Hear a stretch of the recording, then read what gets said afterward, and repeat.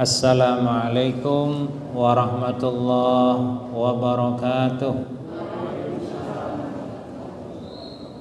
Alhamdulillahi rabbil alamin.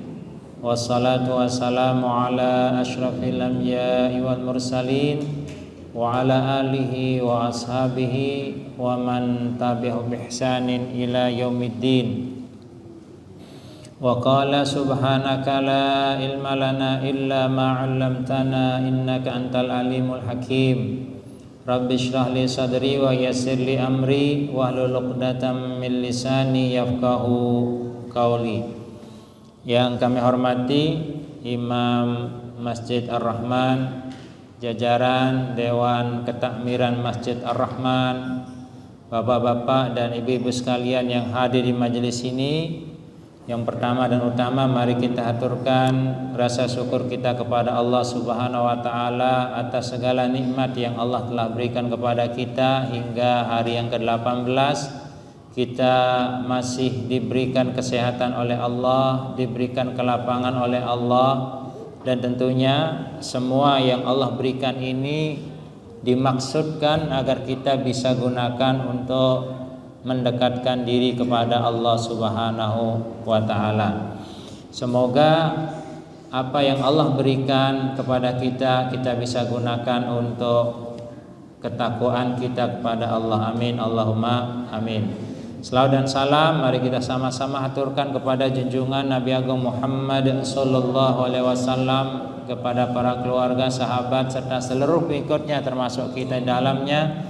Semoga Allah karuniakan kepada kita semua keistiqomahan untuk menjadikan beliau sebagai teladan dalam kehidupan kita sehari-hari. Amin.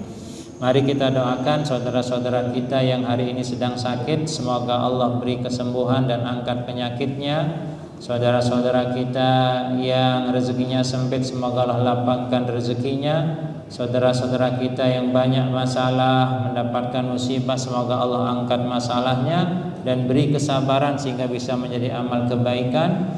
Dan kita doakan anak-anak kita menjadi anak-anak yang saleh dan salihah, berbakti kepada orang tua, berbakti kepada Allah, dan menjauhi segala bentuk kemaksiatan. Amin ya rabbal alamin. Baik bapak-bapak dan ibu sekalian, idealnya ada teks, ada materi, tetapi nampaknya panitia sepertinya menganggap kita ini sudah masuk hari ke-18, berarti ayat-ayat puasa sudah kita hafal semua. Kita akan mencoba untuk membedah ya, surah Al-Baqarah ayat 184. Saya kepingin mencoba menjadikan ayat itu sebagai pintu datangnya pengetahuan, pintu datangnya petunjuk, pintu datangnya pencerahan. Hafal nggih 184. Monggo bareng-bareng kita hafal ya Al-Baqarah ayat 184. Teknisnya kalau Bapak Ibu kepingin salah, suaranya dikecilin biar tidak ketahuan. Yang benar suaranya dikerasin biar semangat teman-temannya. Monggo. A'udzu billahi minasy syaithanir rajim. Bismillahirrahmanirrahim. Ayo. Ayyaman ma'dudat.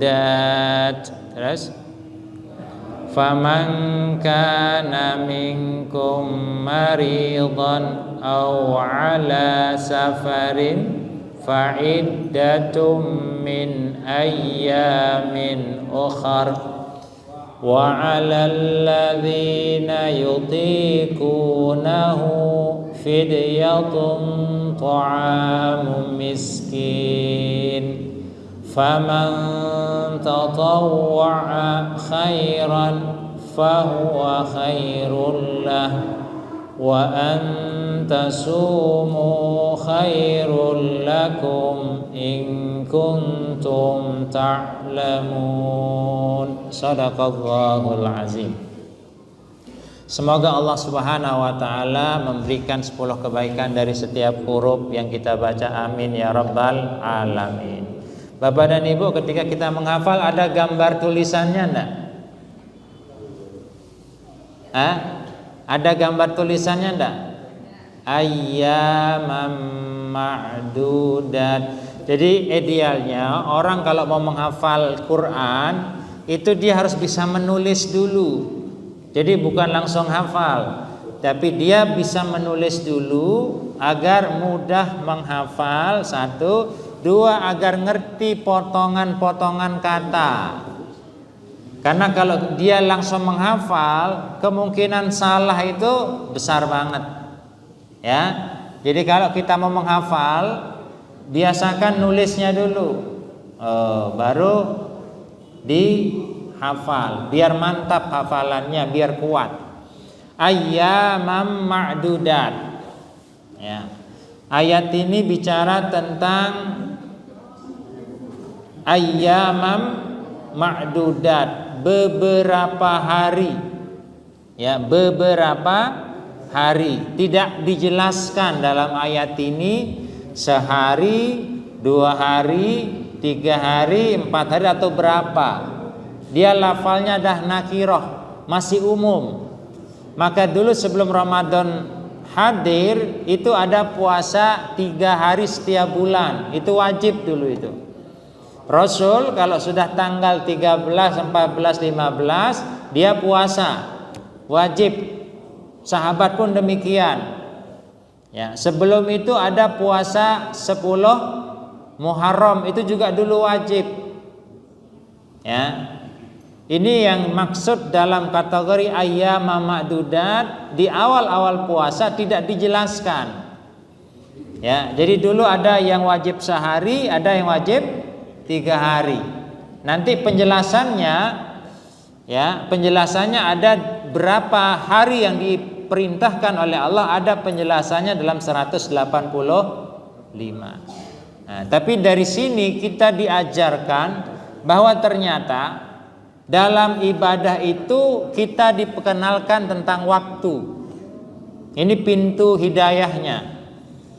Maka para fuqaha, para imam mazhab terkadang dalam niat seseorang dalam beribadah diharuskan memunculkan waktu dalam niat. Misalkan zuhur, waktu zuhur 4 rakaat disebutkan di dalam niat. Kalau tidak disebutkan berarti niatnya tidak sah. Ya. Jadi misalkan kalau kita pakai usolli, berarti usolli fardhu zuhri. Ya. Arba'a rakaat. Dijelaskan, dimunculkan gitu loh waktu itu. Ya. Puasa Ramadan juga kan bisa juga dimunculkan. Apa niatnya puasa itu? Nawaitu sauma ghadin. Maka puasa, berniat puasa 1 bulan penuh itu tidak dianjurkan. Yang dianjurkan adalah berniat puasa 1 harian. Kenapa? Semangatnya itu akan beda. Ya, jadi ada yang dipersyaratkan waktunya harus disebut. Ya, kayak sholat, puasa juga ya, puasa sunnah Arafah, puasa sunnah Isnain, ya, puasa sunnah apalagi Muharram, Tasu'a, itu dipersyaratkan dan disebutkan di dalam niat. Nah, dia ngajarin tentang waktu ini. Dan kalau kita lihat memang waktu itu adalah salah satu dari 4 unsur alam semesta ini, Bapak dan Ibu. Jadi unsur alam semesta itu waktu, materi, energi, satu lagi apa?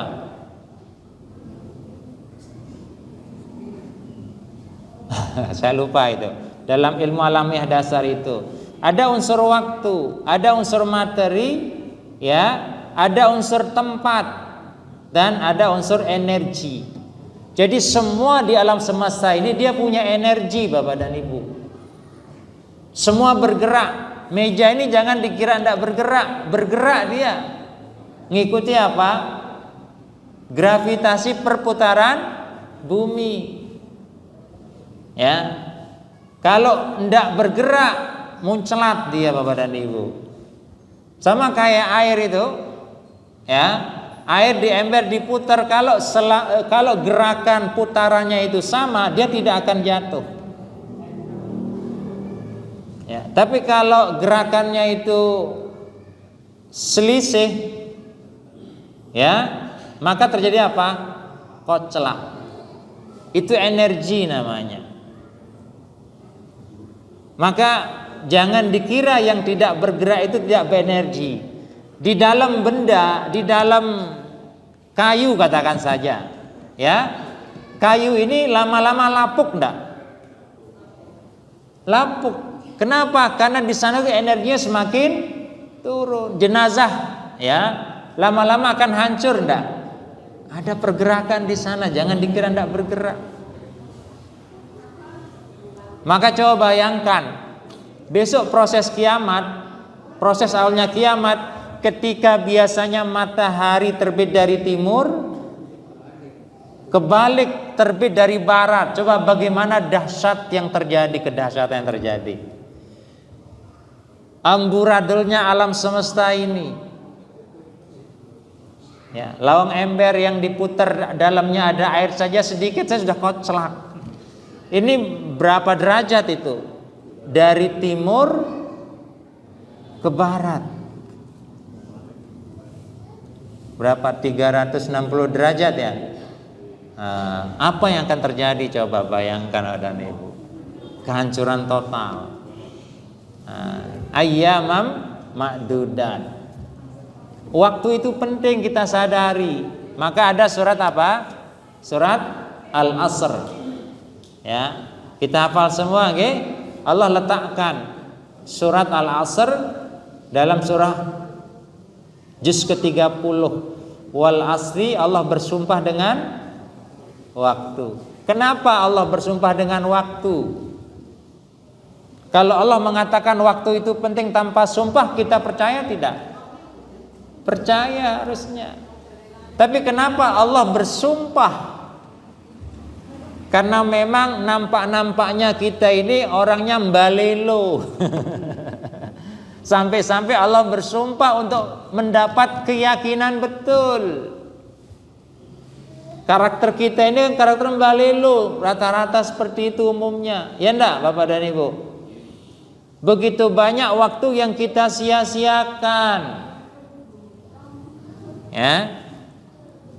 Coba Ramadan inilah, ya, kita sudah 18 hari kita dipertemukan dengan bulan yang penuh keberkahan. Coba dihitung berapa jam yang bisa kita gunakan untuk ibadah. Banyak mana tidurnya atau amalia ibadah kita? Tidurnya. Makanya wajar Allah bersumpah wal asri, demi waktu, biar kita perhatian. Ya. Lalu apa kata Allah? Innal insana lafi khusrin. Sesungguhnya manusia berada dalam kerugian, pasti itu. Sudah menggunakan kata inna, sesungguhnya, plus ada tambahan la, taukid, artinya sungguh. Sesungguhnya manusia benar-benar dalam keadaan rugi kalau dia tidak mengenal waktu. Nah ini, jadi Allah kasih tahu ayyamam ma'dudat itu sebagai pemahaman kepada kita pentingnya mengetahui waktu. Nanti dicek lagi itu, kenapa manusia rugi atau bagaimana manusia agar tidak rugi, nanti dicek surat Al-Asr. Kita kembali ke ayat. Ayyamam ma'dudat, tidak dijelaskan berapa hari di sini. Nah, kemudian melangkah berikutnya, faman kana minkum maridhan au ala safarin fa'iddatum min ayyamin ukhar. Allah kepingin menunjukkan kasih sayangnya kepada kita berkenaan dengan perintah puasa ini. Ya. Jadi Allah kepingin menunjukkan kasih sayangnya kepada makhluk terhadap pelaksanaan ibadah puasa. Apa bentuk kasih sayang Allah dalam ayat ini? Allah sampaikan, orang yang sakit, orang yang dalam perjalanan boleh tidak berpuasa, ya, tetapi punya kewajiban mengganti pada hari-hari yang lain. Jadi Allah itu maha kasih sayang. Allah itu tidak memaksa, ya, hambanya untuk melaksanakan puasa. Kalau hambanya itu sakit, kalau hambanya itu dalam perjalanan, dia boleh berbuka dan mengganti apa yang dia tidak lakukan di hari yang lain. Jadi kita harus bisa menata diri kita pada akhirnya. Kapan saatnya ketika kita sakit kita boleh berbuka? Kapan saatnya ketika kita dalam perjalanan kita boleh berbuka? Ada pilihan, ya, ada pilihan. Dan memberikan kesempatan kepada kita lagi ketika kita tidak bisa berpuasa, kita masih boleh berpuasa pada hari yang lain. Selalu ada jalan ketika kita menghadap kesulitan.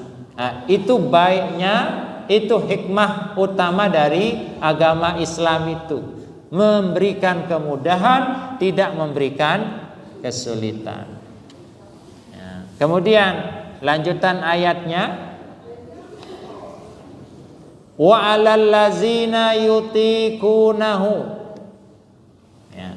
Jadi kalau tadi itu sakit dan perjalanan, berikutnya Allah katakan, dan orang-orang yang berat, tidak punya kemampuan untuk berpuasa, bukan karena sakit atau karena perjalanan, Allah kasih solusi, fafidiyatun, maka dia membayar fidyah.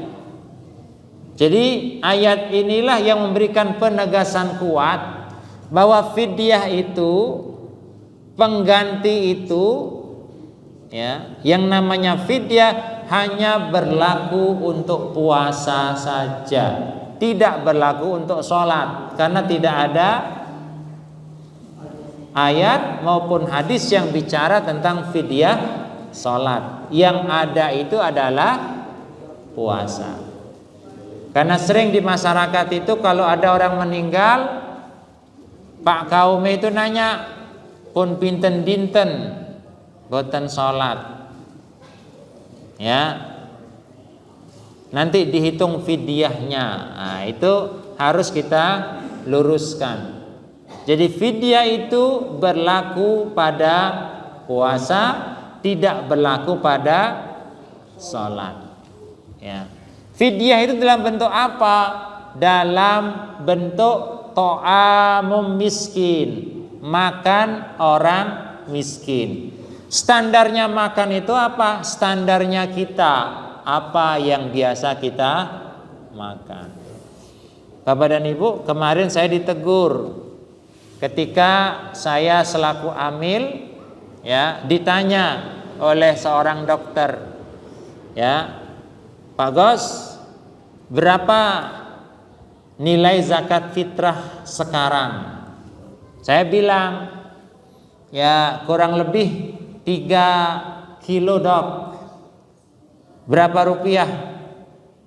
Sekitar 33 rupiah. 33 ribu rupiah. Saya ditegur, salah lah, ya. Buat saya bukan segitu. tetapi idealnya seukuran dengan makanan harian kita. Terus gimana dok? Saya makan itu berasnya itu sekilo 27.000. Jadi mau ndak mau Amil harus nyari beras harga segitu gitu. Ya. Nah, jadi standar zakat fitri itu adalah makanan pokok yang biasa kita makan. Kalau harga berasnya kita tadi 27.000 ya 27.000 kali 3 gitu loh. Berarti berapa itu? 81.000. Jadi jangan kaget ya kalau ada zakat fitrah standarnya 81.000 karena memang dia standar makanan seperti itu. Nah, kalau kita standarnya berapa? Ciherang ya. Ya kalau rojo lele itu hati-hati, kalau biasa rojo lele berapa itu? 14 ya, kali 3 kan sudah berapa itu? Berarti kan 42.000. Jadi jangan ngikuti standar umum, standar Anda makan gitu loh. Nah, itu. Kemudian ya, yang menarik ya, di ujung ayat ini ya, wa antasumu khairul lakum kata Allah. Kamu berpuasa itu lebih baik kamu lakukan dibanding dengan apa?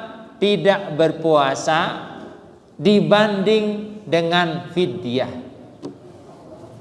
Ya. Jadi ayat ini memberikan tekanan di ujungnya.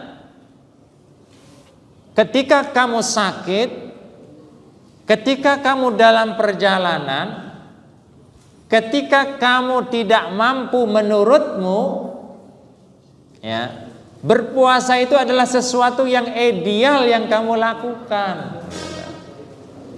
Kenapa Bapak dan Ibu kok sebegitunya kuat ayat ini?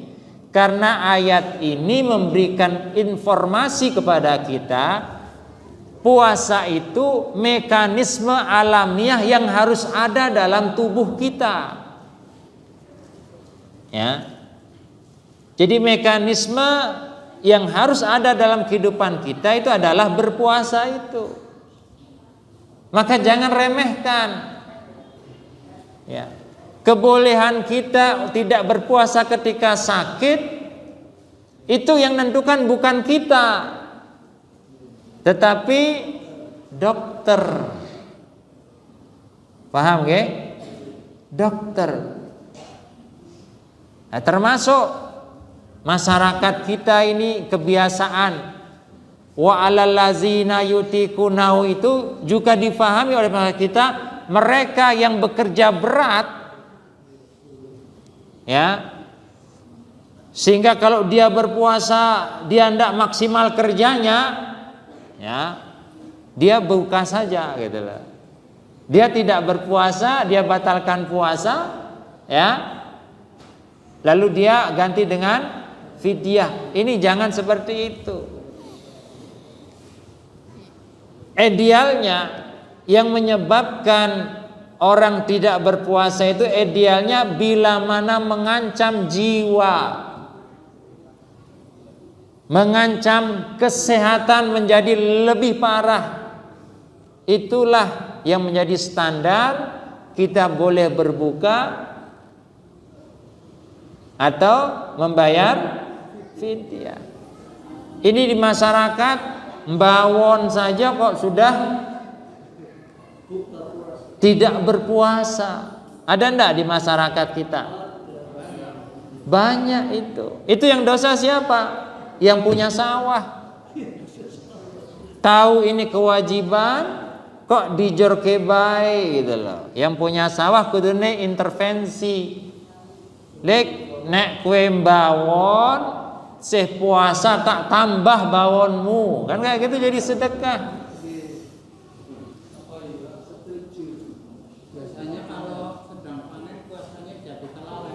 Makanya itu yang saya katakan, bok yao gitu loh.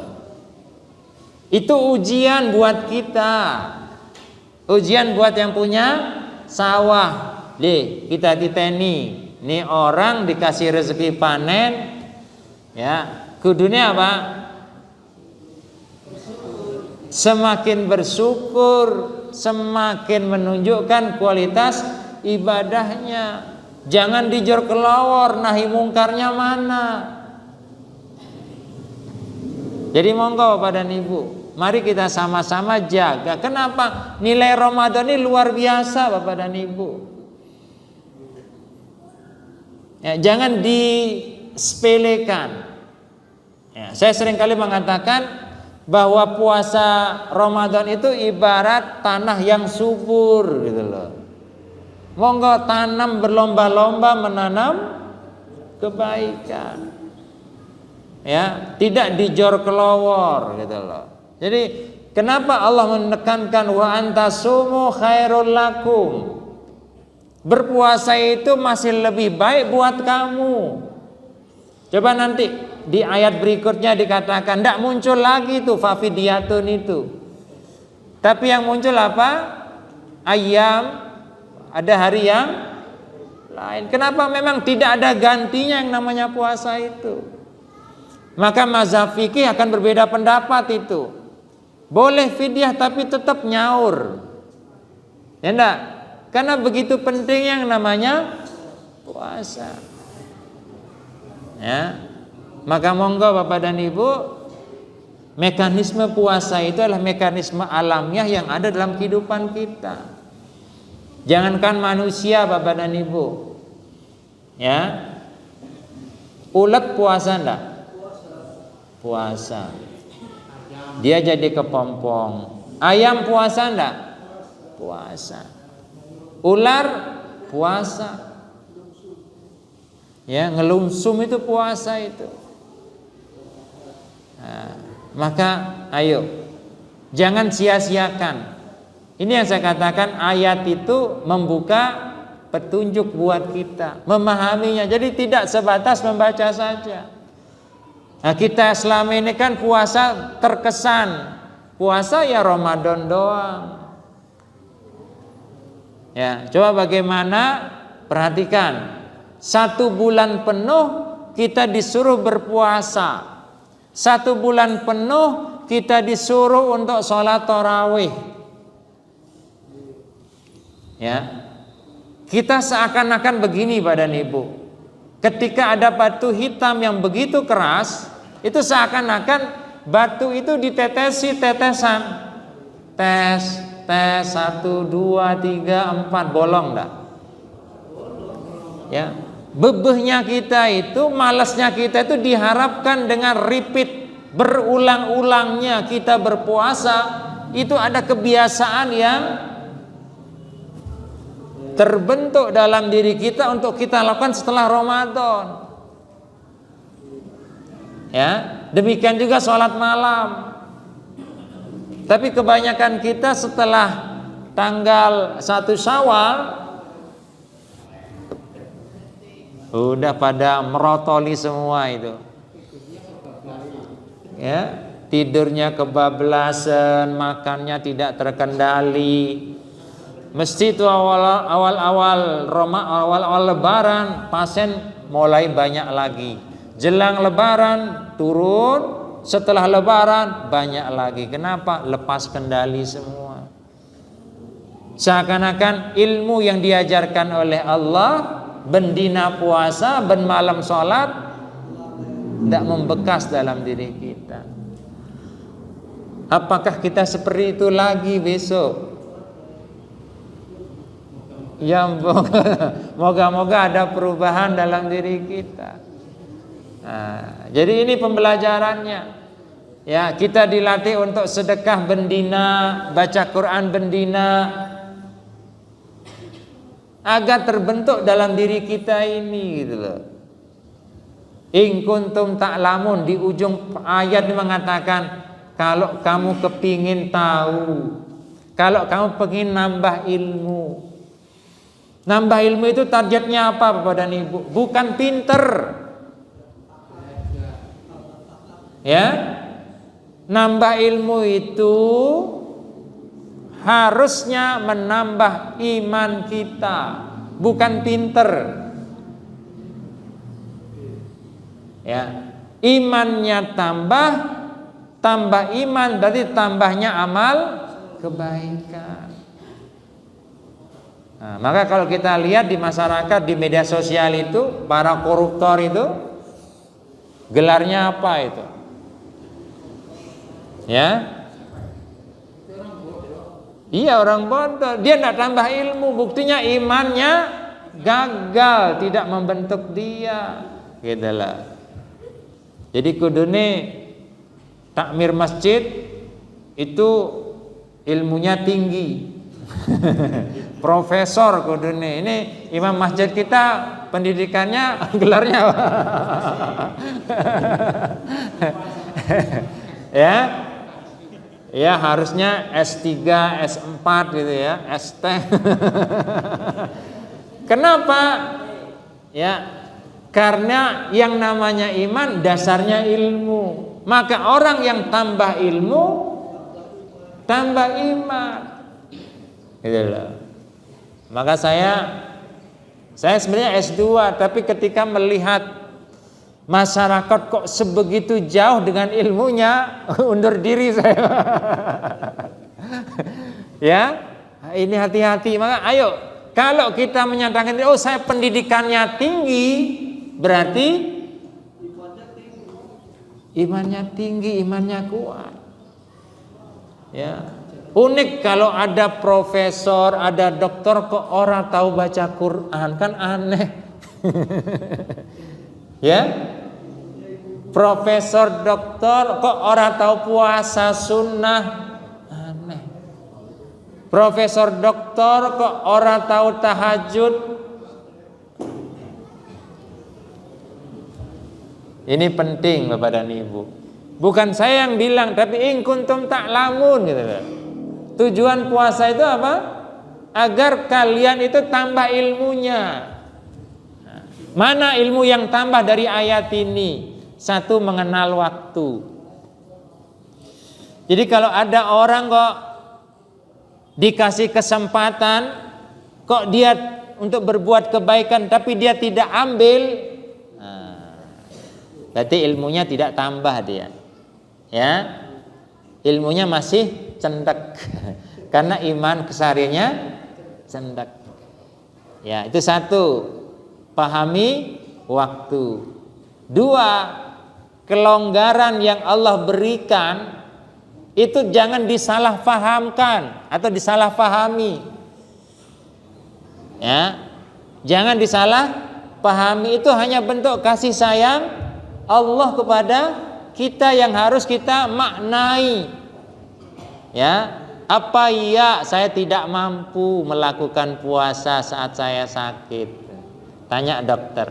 Pak dokter, kalau saya boleh toh berpuasa? Nah, itu penting.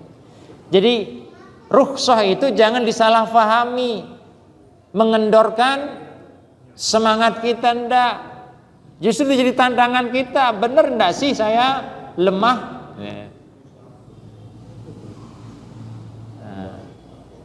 Kemudian yang ketiga, dalam ayat ini Allah sampaikan pernyataan wa antasumu khairul lakum. Berpuasa itu tidak ada gantinya.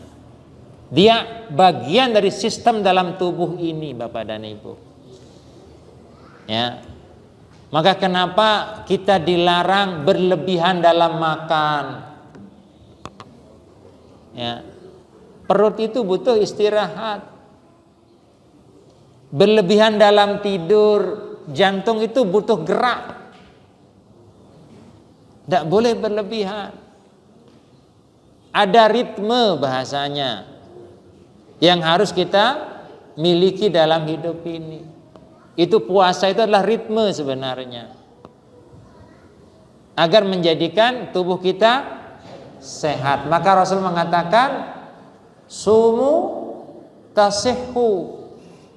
Ya, berpuasalah kamu akan jadi sehat. Ini tergantung posisinya di mana, gitu loh. Maka sebelum orang operasi pun disuruh puasa, ya enggak? Puasa Sid. Apa? Biar mengatur polanya dalam hidup ini. Jadi puasa itu adalah bagian daripada pola dalam menata hidup menjadi lebih baik.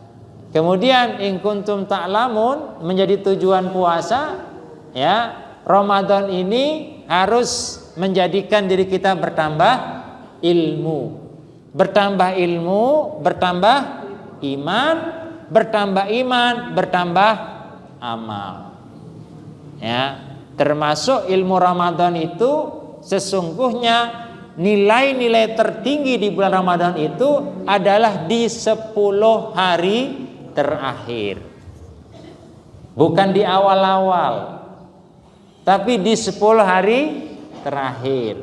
Maka saya berharap Bapak dan Ibu, mari kita sama-sama jadikan iktikaf itu menjadi bagian dari amaliyah Ramadan kita.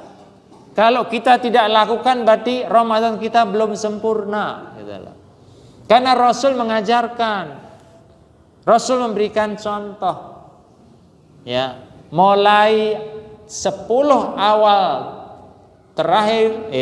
hari terakhir dia mengencangkan ikat pinggangnya, ya, dia bersungguh-sungguh maksudnya untuk mengakhiri bulan Ramadan ini. Jadi justru masyarakat kita 10 hari terakhir ramainya di mana? Di mall, di jalan raya, di pasar-pasar. Aneh. Ini puasa ala Rasul apa puasa ala kadar? Ya. Bacaan Qur'annya mulai meningkat, kajian Qur'annya mulai meningkat.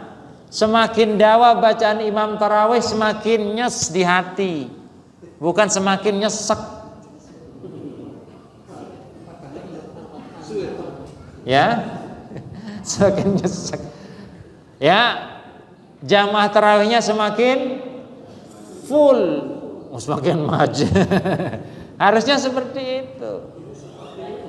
Jadi kan ketahuan ini, mana yang imannya kuat di Ramadan ini, mana imannya lemah, ketahuan jadinya. Ya, nah, maka dari itu monggo Bapak dan Ibu, sekali lagi surat Al-Baqarah ayat 184 ini ternyata banyak mendatangkan ilmu kepada kita. Ya. Oke, saya kira itu mungkin ada tanya jawab, masih ada 7 menit. Monggo.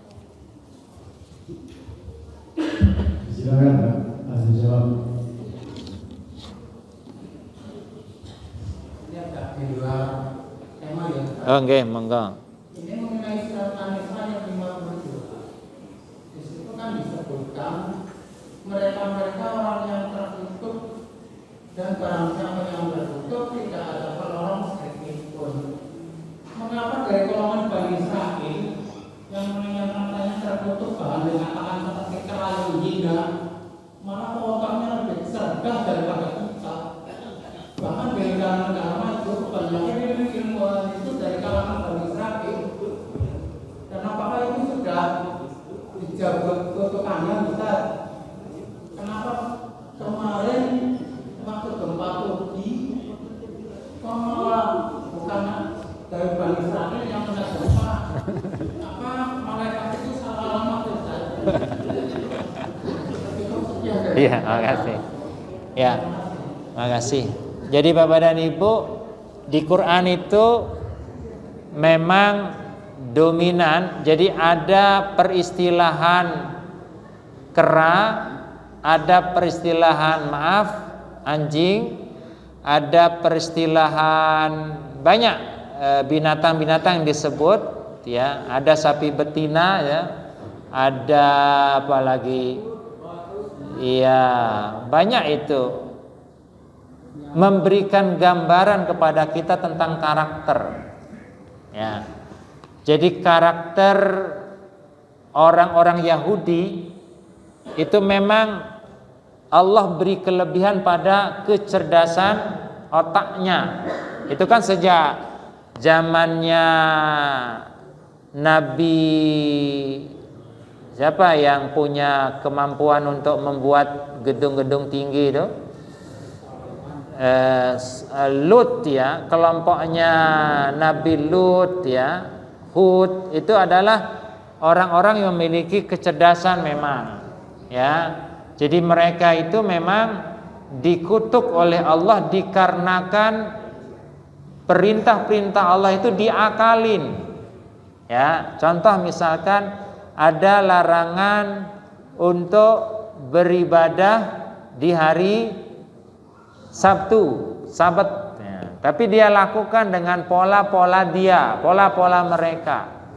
Nah, maka Allah Subhanahu wa taala memang mengutuk mereka, dan kutukan itu tidak akan hilang sampai datangnya hari kiamat. Jadi itu sudah menjadi ketetapan mereka, tapi pola kutukannya itu wallahu a'lam. Ya, hanya Allah yang tahu. Kita hanya bisa mengira-ngira saja. Itu yang pertama. Yang kedua, yang tidak boleh kita lakukan adalah ketika kita melihat sebuah daerah dikenakan gempa, lalu kita bersuuzon terhadap daerah tersebut, ya, atau membuat kalimat kata tanya tadi, itu tidak boleh dilakukan, ya. Yang boleh kita lakukan adalah berhusnuzon terhadap peristiwa-peristiwa tersebut.